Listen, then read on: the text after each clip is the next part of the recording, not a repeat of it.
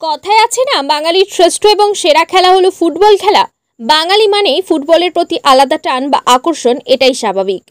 যখন ফুটবল প্রতিযোগিতাগুলিতে বিদেশি ফুটবলারদের ছড়াছড়ি, তখন একেবারে অনবদ্য চিন্তা ভাবনার উপর প্রণীত বাঙালি ফুটবলার পরিমণ্ডিত হুগলি জেলার জাঙ্গিপাড়া থানার অন্তর্গত শতবর্ষ অতিক্রান্ত ক্লাব নীলারপুর মিলন সমিতির উদ্যোগে 1 মাস ব্যাপী ফুটবল প্রতিযোগিতার আয়োজন করা হয়। নীলারপুর রাজা রামমোহন বিদ্যাপীঠ ফুটবল মাঠে নীলারপুর মিলন সমিতির উদ্যোগে আয়োজিত ফুটবল প্রতিযোগিতা ফাইনাল খেলার মাধ্যমে পরিসমাপ্তি ঘটে। ফাইনাল খেলায় অংশগ্রহণকারী 2 দল হলো বেলপাড়া বিকে এবং Gurap RF football club.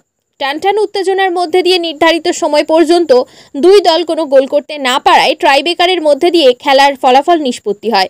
ট্রাইবেকারে Belpara বিকে দল গুড়াপ RF ফুটবল ক্লাবকে পরাজিত করে লিগ ফুটবল প্রতিযোগিতার বিজয়ী সম্মান অর্জন করে।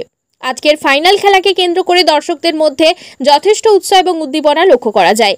বিশেষ অতিথি হিসেবে উপস্থিত ছিলেন বিশিষ্ট সমাজসেবী তথা সিপাইগাছি ইউনিক এন্টারপ্রাইজের কর্ণধার কাজী গিয়াসুল ইসলাম, নীলারপুর রাজা রামমোহন বিদ্যাপীঠের টিচার ইনচার্জ সুদীপ পাত্র সহ সমাজের বিশিষ্ট গুণীজনী ব্যক্তিরা। বিস্তারিত কভারেজ দেখুন আমাদের চ্যানেলের প্রতিবেদনে। দেখতে থাকুন আর সঙ্গে থাকুন, আর ভিডিওটি শেয়ার করে অপরকে দেখার সুযোগ করে দিন।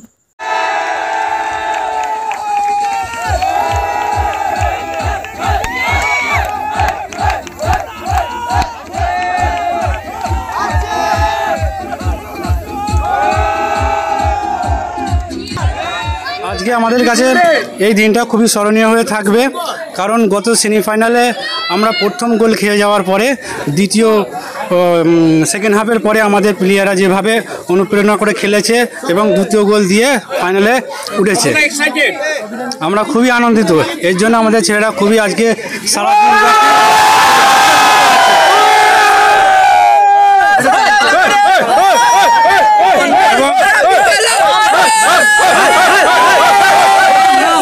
আমার নাম শুভঙ্কর পণ্ডিত, আমি টিম বেলপাড়া বিকে ক্লাব। নীলারপুর মিলন সমিতির উদ্যোগে যে একটানা 30 দিন ব্যাপী ফুটবল প্রতিযোগিতার আয়োজন করা হয়েছিল, এই প্রতিযোগিতার চূড়ান্ত পর্যায়ের ফাইনাল খেলার মধ্যে দিয়ে নিষ্পত্তি ঘটল এবং এই প্রতিযোগিতায় চ্যাম্পিয়ন হলো ফুরফুরা বেলপাড়া ক্লাব, সেই সঙ্গে রানার্স হয়েছে গুড়াপ ক্লাব। এই টুর্নামেন্টকে নিয়ে বলতে গেলে নীলারপুর মিলন সমিতির কর্মকর্তা সেই সঙ্গে সদস্যবৃন্দদের কঠোর পরিশ্রমের মধ্যে দিয়ে এই টুর্নামেন্ট সফল হয়েছে। এই টুর্নামেন্টকে সফল করতে গিয়ে বর্ষা, বৃষ্টি, বিভিন্ন প্রতিকূল পরিবেশের মুখোমুখি হতে হয়েছে ক্লাব সদস্যদের।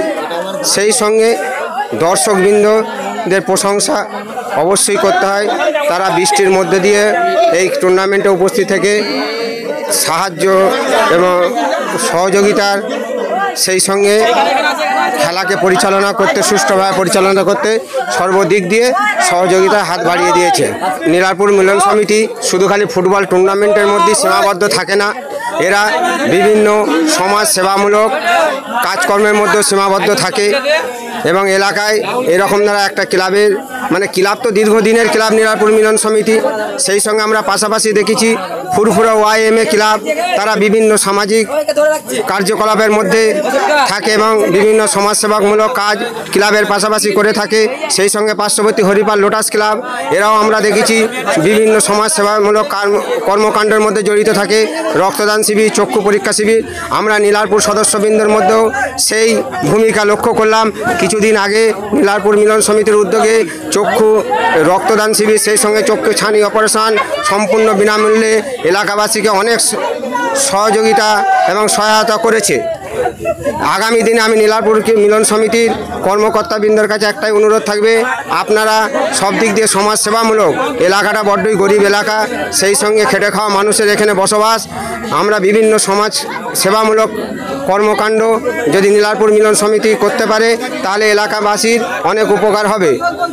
আমাদের তো কি বলবো, এটা আমাদের সারা বছরের একটা থাকে, ইচ্ছা থাকে যে এই আমাদের মিলন সমিতির একটা ঐকান্তিক ইচ্ছা থাকে যে একটা টুর্নামেন্ট, ফুটবল টুর্নামেন্ট আমরা প্রতি বছর করি এবং করব। সেইটা করার জন্যে আমরা উদ্গ্রীব হয়ে বসে থাকি, এই কখন এই সিজনটা আসবে। এই একটা গ্রাম্য পরিবেশে একটা টুর্নামেন্ট করব, ফুটবল টুর্নামেন্ট, এবং সেটা মানে দর্শকরা প্রথমে দারুণভাবে এনজয় করে এবং আমরাও সেটাকে দারুণভাবে উপস্থাপন করার চেষ্টা করি। মানে প্রচারটা আমাদের মানে সেমিফাইনাল ফাইনালের প্রচারটা খুব দারুণ সুন্দরভাবে হয়েছে এবং তার জন্যে আমি এই প্রবীর সেনকে মানে ধন্যবাদ জ্ঞাপন করব। প্রবীর সেন এবং তার সঙ্গে তার পার্টি। আমি দেখলাম আমাদের পশ্চিমবাংলার গ্রামেরদের যে ফুটবল যারা খেলে তাদের মানে ফুটবল খেলার স্পিডটা অনেক বেশি এবং তারা বেশি আগ্রহী। আজকের খেলার রেজাল্ট গুড়াপ ভার্সেস বেলপাড়া, তো বেলপাড়া জিতে গেছে, গুড়াপ পরাজিত হয়েছে।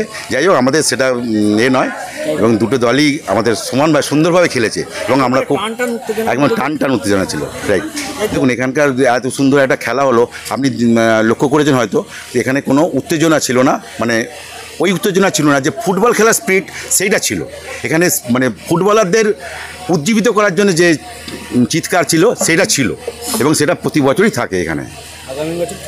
আগামী বছর অবশ্যই খেলা হবে এবং এর থেকে আরও বেটার করার চেষ্টা করব।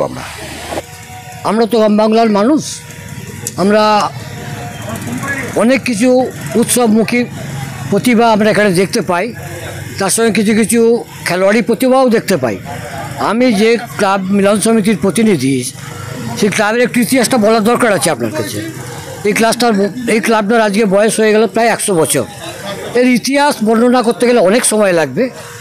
এক সময় এটাও শোনা কথা, আমাদের পূর্বপুরুষরা বন্দুক ফায়ারিংয়ের মাধ্যমে এইসব মাঠে খেলা মানে স্টার্ট করা হতো, বিশাল ব্যাপার থাকতো। যাই হোক, তার উত্তরসূরি হিসেবে আমরা 100 বছর পরে এখনও যে এইভাবে খেলাটাকে চালিয়ে নিয়ে যাচ্ছি, এর জন্যে দর্শকদের একটা বিশাল অ্যাচিভমেন্ট আছে, তাদের একটা বিশাল সহযোগিতা আছে, তাদের উৎসাহ আছে এবং আমাদের এখানে ফুটবল খেলোয়াড় যে একদম নেই তা নয়।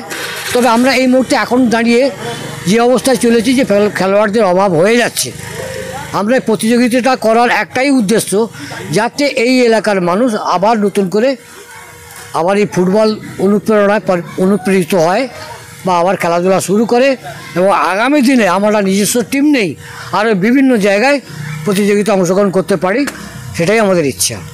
দেখুন, এখানকার আমাদের এই নীলারপুর মিলন সমিতির, ওই যে আপনাকে বললাম 100 বছরের পুরনো ক্লাব, এর ঐতিহ্যই একটা হচ্ছে যে মিলন, এর ঐতিহ্যই হচ্ছে একটা মিলন। আপনি দেখবেন মিলন সমিতি ক্লাব, আমাদের যেটা ক্লাব পতাকা রয়েছে হলুদ মেরুন মিশিয়ে, অর্থাৎ ইস্টবেঙ্গল মোহনবাগান একটা কম্বিনেশন, আজ থেকে তখনকার দিনে যারা সিনিয়র ছিলেন তারা করে গেছিলেন। আর এই হিন্দু মুসলমান বিভিন্ন সম্প্রদায়, এটাও একটা মিলন। তো নামের সঙ্গে একটা নিজস্ব ঐতিহ্য তো আছে আমাদের, এখনও সেইভাবে চলে। আমরা উভয় একে কাঁধে কাঁধ মিলিয়ে উভয়েই একসঙ্গে দায়িত্ব নিয়ে আমরা এগুলো করি। আপনি নিশ্চয়ই শুনেছেন, বিভিন্ন পঞ্চায়েত, বিভিন্ন অ্যাঙ্গেলে বিভিন্ন সমাজের লোকজন আমাদের এখানে রয়েছে, এইভাবেই আমরা খেলাটা পরিচালনা করি।